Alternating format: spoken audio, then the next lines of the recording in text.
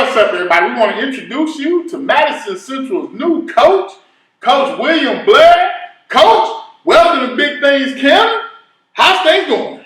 Well, I'm on Big Things County, so that's pretty good. I mean, when you make it to this, it's pretty good. I don't know about that, Coach. It might be slumming right now, Coach. I don't know. It might be slumming. No, it's great. Excited that, we were talking about it. We scrimmage next Friday, and that's all across the state. I mean, there's a lot of kids ready to do it. I know there's a lot of coaches ready to do that. Yeah. Tired of hitting each other. Man, you take it over for legendary Coach Mike Holcomb. How has it been taking over Madison Central? And tell us a little bit about where you came from. Well, I played high school in Rockcastle County and went on the long snap for a couple years at UK.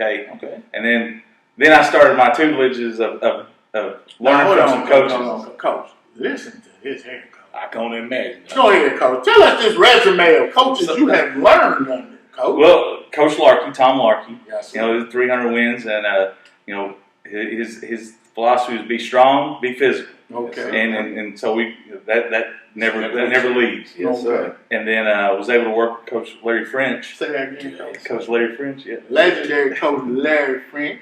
Yeah, the old Gray Fox. Yeah. Yes, sir. Hey, wherever he goes, he finds a way to win. That's his thing is find a way to win. And the big thing I've learned from him is he is all about letting his coaches coach and use and let the staff and build a good staff and then trust the kids and let the kids go play. And, now he's a lot of discipline. And so that was one of the things. The transition change from.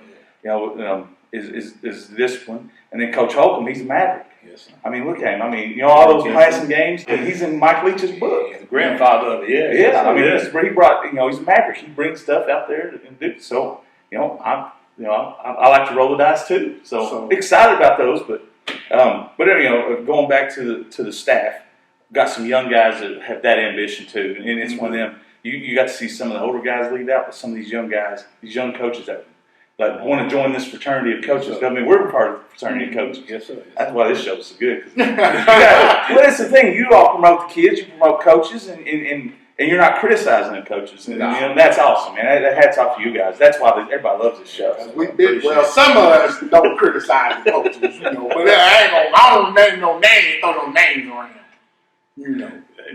Look at baby. I got him, y'all.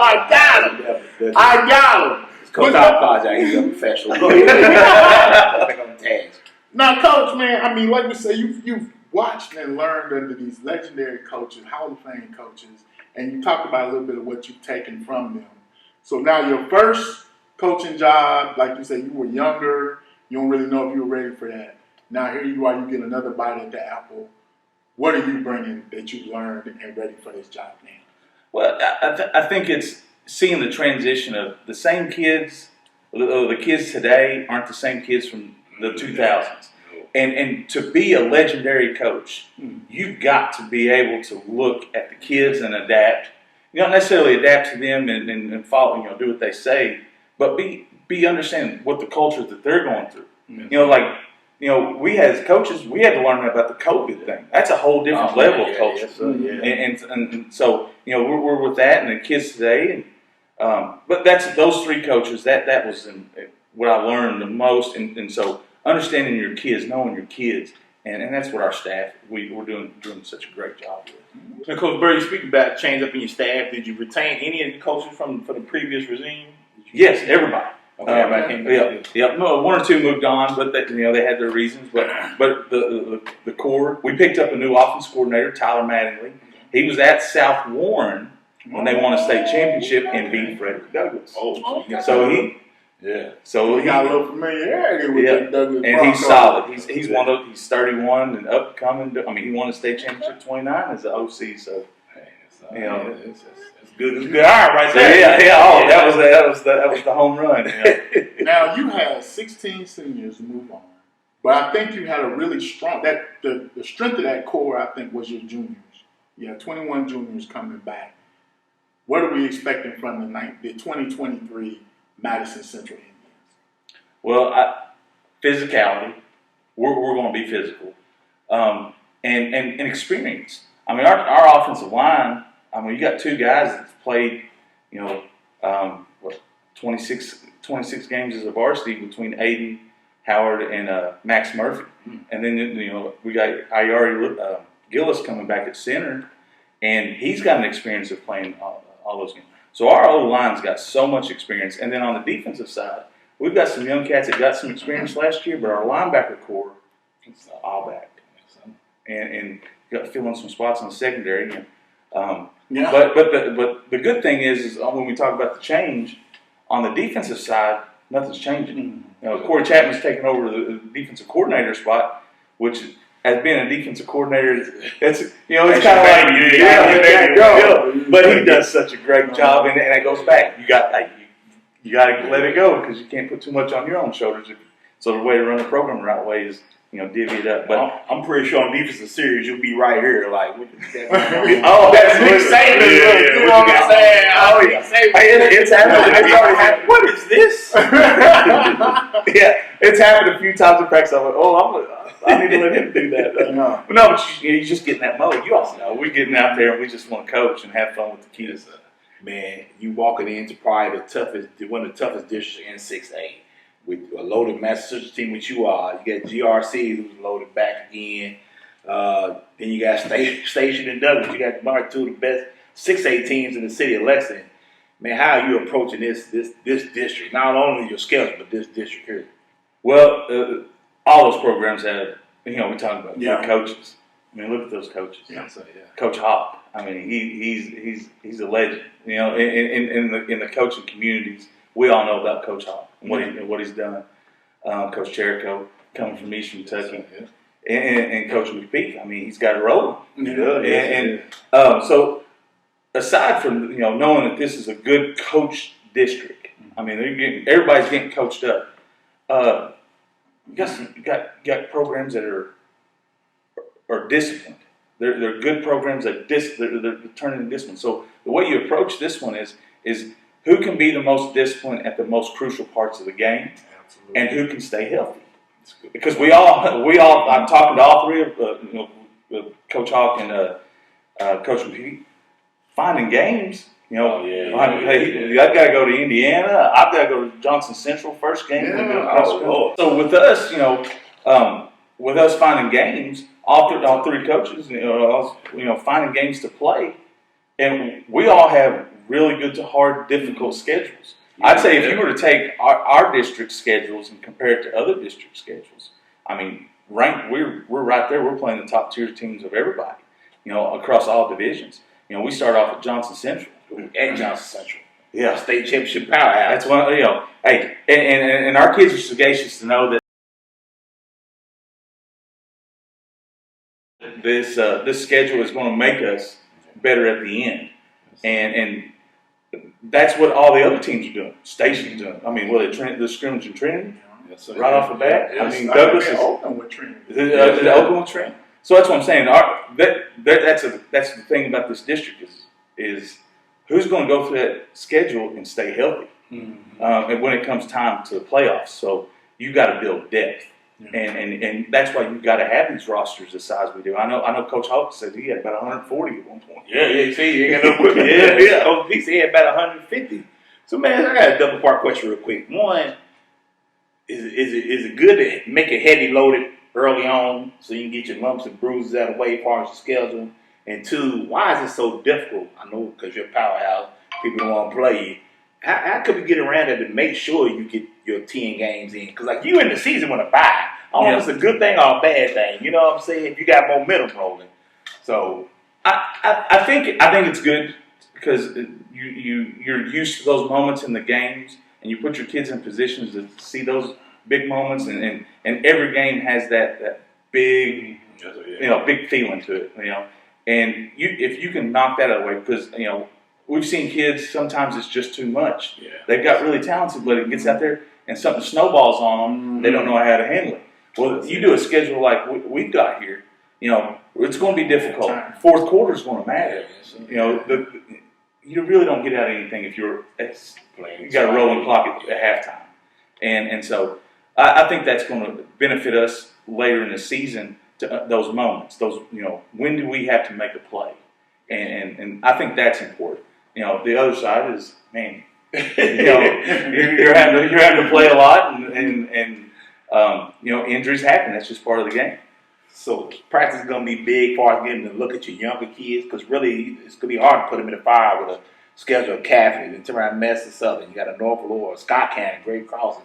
So when do you get a look at those young cats to maybe? So we kind of split our practice up, and to allowing us to see those guys in practice against the ones, but then we rotate a lot.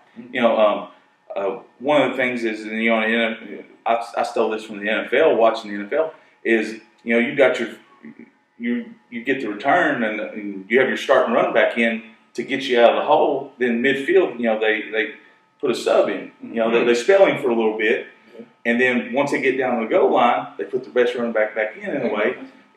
And so that's kind of how I've talked to our staff about our kids. Get us out of the hole so that we're not losing field position, but then sub us in. We get things rolling, let them kind of feel, and then we get back to our top players back inside the 30. All right, And Coach. so that's how we do our rotation of playing so many kids. Gotcha. All right, Coach. Now the one thing about coming back, we look at the players you pretty much lose all your skill players. Quarterbacks, your top rushers, and receivers. How is that looking as far as coming into camp and getting everything, replacing those skill players? Well, on the offensive side, with the new coordinator teaching concepts, because it's a double-edged sword right now. Not only is it new players, but it's new system. But a new system of concepts, which may not be too bad because these younger kids don't know another system. Yes, yeah. And so that helps us out. But we've got some kids. Cody Morrison, he plays basketball. He's looking really well on all the 7-on-7s. And we've got some young guys playing the Y. Nate Ogle that can do some things. He's got really good hands. And then we've got this kid named Tremblay. He plays tight end. Nice. I see you start smiling, Coach. You really put it up there, Coach. He's going to be something special. He's just a sophomore. Oh man. So but our strength is our offensive line. That's the one we're going to ride. Now, who's your quarterback? Follow up Coach Trump said. Right now it's Eli Steele. Eli Steele was the starting quarterback his sophomore year for a few games until Hagan Harrison was able to come in. So Eli's been there, but Eli, he's a defense. Last year he played safety the whole time, and so we were at all these 7-on-7s. Like, Coach, can't go good on defense. I still like that defense off of what we got bucks safety. Yeah, I need you over here. Yes, sir. But he's a heck of an athlete. Yes, sir. All right, Coach. Well, we already kind of touched on the schedule. We'll flash your schedule up. Here's your schedule for this year. Coach, like you say, you got a lot of tough games. I kind of like to buy at the end of the year because a lot of teams, that last game, you see a lot of teams maybe rest some players or not, kind of take it as serious as they get ready for the playoffs. Is there anything what are your expectations for this team, and what's kind of keeping you up late at night as you get ready for the season? Well, the expectations that I have is that our kids don't lose sight of who we are.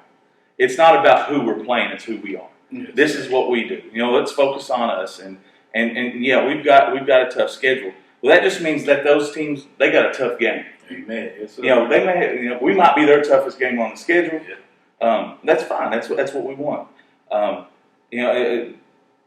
it's just like this. They're my kids. That's worried about making sure that they make it to that first round of playoffs, and that all coaches, that's what we worry about. You're waiting for that doctor visit to say, hey, what happened to his elbow? That's what keeps you up. But no, I think that if we can keep that focus and just get a little bit better every day, I think we're going to be all right. Now, any concerns right now? Are you kind of looking like, I don't know, as you get ready for the Coach been smiling here. I think Coach is ready. Coach got him a nice hand. He's like, hey, you still your everything. Go on in. I guess as far as concerns is me not getting so overwhelmed with the non-coaching stuff, yes, and taking away from the kids that like, oh, I've got to go do this, I've got to do this, I got to go up here to the office and do this, which we have a great administration and they won't do. But Like I get 3 or 4 phone calls during practice. I'm like, listen, I can't do this right now. And that that's the biggest concern as far as for me. I'm not worried about the kids. These kids are pretty resilient, man. They're solid. We got a good leader, Hayden Kaiser. I call him the old man. He's the one. After they get a good chewing, he's the one who pulls them together. And says, listen, and he talks to them and we get a drink of water and boom, and we hit the ground running. So we got some good leadership. That's a lot of times is your biggest concern. We've got some good leadership. Coach, man, Coach, I ain't gonna lie. You got me. I'm like, I'm really I'm about to go dig up my Madison Central gear. Let's roll Tribe, Coach. I am all in, Coach. Let's go Tribe. Hey, Coach got me ready. Don't let him buddy up, Coach. He's gonna hurt your feelings. He's like that dad. I'm gonna get some diapers, and the kids all out of diapers. You'll never see him again. He's just gonna leave him. So if you don't come out and win, you ain't gonna see him no more. I'll tell you. You ain't gonna see him. He's a fair weather face. Don't do that, Coach. All right, Coach. Well, Coach, do you got anything else for my coach? Great interview, Coach, bro. I love your energy, Coach. You waste your time. You waste your time, Coach, because he'd be missing. That's a great interview with you, Coach, man. A lot of knowledge. Like I said, I'm excited about seeing what you're going to do this year because, it's a good team. The cover wasn't buried. You lost a few good pieces. So it seems you're excited about this roster and this team. Well, I'm excited and I'm ready to do well because if I don't, my wife won't go to church with me. She won't go. I'm going to a different church. I don't want these problems. You just stay in the car. Well, Coach, we wish you the best of luck. Keep doing big things and roll Tribe, Coach. All right. Thank you, guys. Thanks, Coach.